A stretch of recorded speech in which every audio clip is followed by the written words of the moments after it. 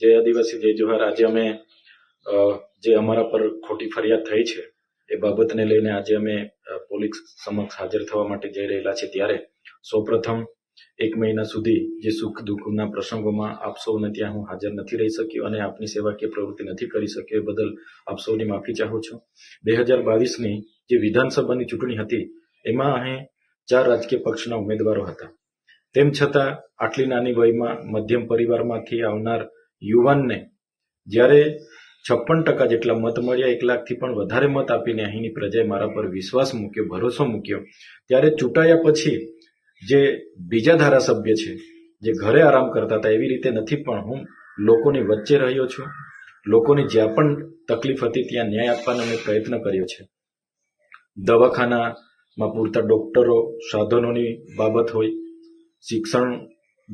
શિક્ષણમાં પૂરતા માસ્તરોની ભરતીની બાબત હોય, પૂરતી બસ સુવિધા, વીજળીની વાત હોય, રોડ રસ્તાની વાત હોય, સિંચાઈના પાણીની વાત હોય, પીવાના પાણી નળ સે જલની વાત હોય, આ વિસ્તારોમાં થતા ભ્રષ્ટાચારોની વાત હોય, પ્રાઇઝના વહીવટદારમાં ચાલતા કૌભાંડોને ઉજાગર કરવાની વાત હોય, એસટી વિદ્યાર્થીઓને ઉચ્ચ અભ્યાસ માટે ફ્રી સિપ કાર્ડ આપવાની બાબત હોય, શિષ્યવૃત્તિ જે 2022ની નથી મળી એ 2,67,000 વિદ્યાર્થીઓને સ્કોલરશીપ અપાવવાની બાબત હોય, ની સાથે સાથે જે આ વિસ્તારોની જે આદિવાસીની અસ્મિતા જે જગાડવાની વાત છે, આદિવાસીઓને જાગૃત કરવાની વાત છે, એ બાબતે પણ અમે આ બોલ્યા છે। સાથે મણિપુરી હિંસાની બાબત, યુસીસી મુદ્દે હોય, નકલી કચેરી કૌભાંડો બાબતે હોય, જે માનવ સર્જિત પૂર નર્મદા નદીમાં જ્યારે પાણી છોડવામાં આવ્યું ત્યારે પણ અમે લોકોની વચ્ચે રહીને લોકોની સાથે ઊભા હતા।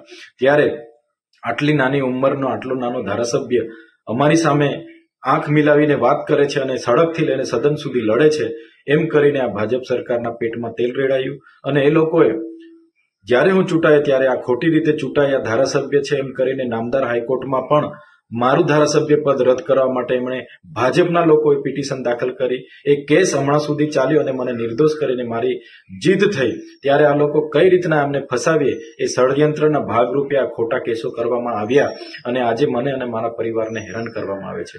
તમે સૌ જાણો છો, ગઈ લોકસભા 2019ની લોકસભામાં પણ આવી જ રીતે લોકસભા પહેલા મને એરેસ્ટ કરી લેવામાં આવ્યો હતો અને લોકસભાની ચૂંટણી પૂરી થઈને 3જા દિવસે મને છોડી દેવામાં આવ્યો હતો।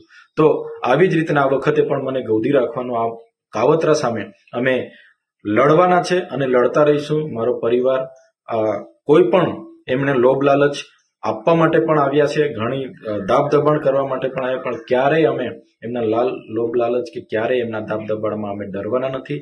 અમે અહીંની પ્રજા માટે છેલ્લે સુધી લડવા તૈયાર છે। સાથે સાથે આ દરમિયાન જે મને સાથ અને સહકાર મળ્યો છે, પ્રજાનો પ્રેમ મળ્યો છે, એમનો ખૂબ ખૂબ આભાર માનું છું। આ સામાજિક આગેવાનો, રાજકીય આગેવાનો, જે પણ પક્ષના અમને સાથ અને સહકાર આપ્યો છે, સૌનો હું આભાર માનું છું। આવનાર દિવસોમાં સૌ સાથે મળીને અહીંના લોકોની સેવાકીય પ્રવૃત્તિ કરીશું। સાથે સાથે આઉટસોર્સિંગ બાબત હોય કે જ્ઞાન સહાયક રદ કરવા બાબતે પણ ખૂબ મોટું આંદોલન આવનાર દિવસમાં કરીશું।